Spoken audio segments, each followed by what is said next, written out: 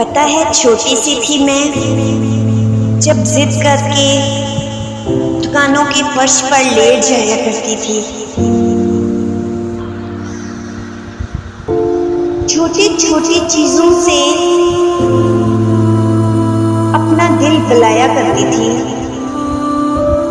तब भर के मेरी नीयत की किताब का हर पन्ना कुछ अच्छी कुछ सच्ची बातें तो सिखाया करती थी। तरीके कुछ अलग है तेरे, रोने पर डांट लगाया करती थी। आज जब दुनिया सताती है और रुलाती है ना, तब समझ में आता है कैसे रख के दिल पे अपने पत्थर तू मुझको मजबूत बनाया करती थी।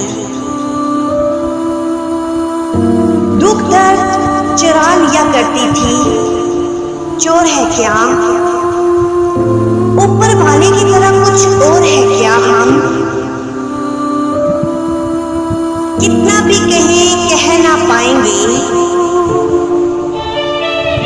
तेरी सारी अदाएं, इसीलिए हमने ऊपर वाले से मांग ली तेरे लिए कुछ दुआएं भी कि तू हर साल और जुआ हो। हर जन्म में बस तू ही मेरी माँ हो, तू ही मेरी माँ हो।